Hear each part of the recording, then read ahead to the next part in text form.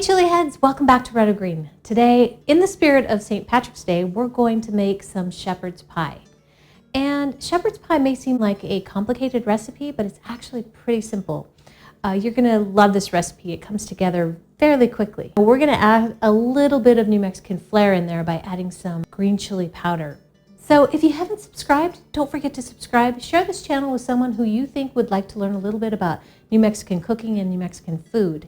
And if there are any recipes you would like to see on the channel, leave it in the comments below and we'll do our best to get it on the channel in the future. I think we have everything we need here, so let's get to it. We're going to start by peeling 5 to 6 large potatoes. Next, we will cut the potatoes into large chunks. Then we're going to add the potatoes to a medium to large saucepan, and we're going to cover completely with cold water. It's important to use cold water here because we want the potatoes to cook evenly. We're going to boil the potatoes for 20 to 30 minutes or until fork tender. Drain the potatoes, and we're going to add 2 tablespoons of butter, a 1/4 cup of milk, and we're going to mash them until they're light and fluffy.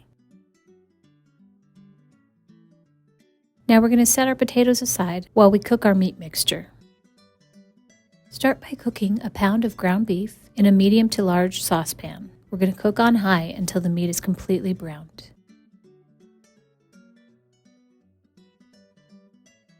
We'll add 3 tablespoons of flour, and we're going to cook the meat mixture for about a minute, just until the flour taste is cooked out.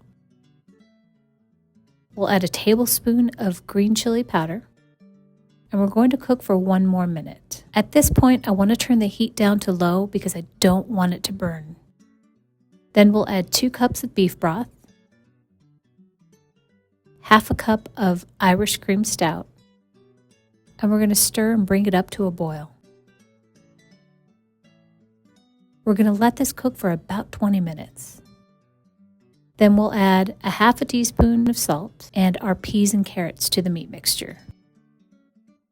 Let's set it aside and let it sit for just a minute.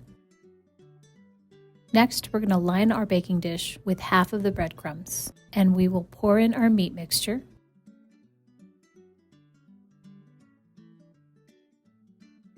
And we're going to top it with our mashed potatoes, completely covering the meat mixture. Now we're going to top that with the rest of our panko breadcrumbs. We're going to cook this in a 350-degree oven for about 30 minutes. Make sure to let the pie cool for about 10 minutes before you start cutting into it. Enjoy!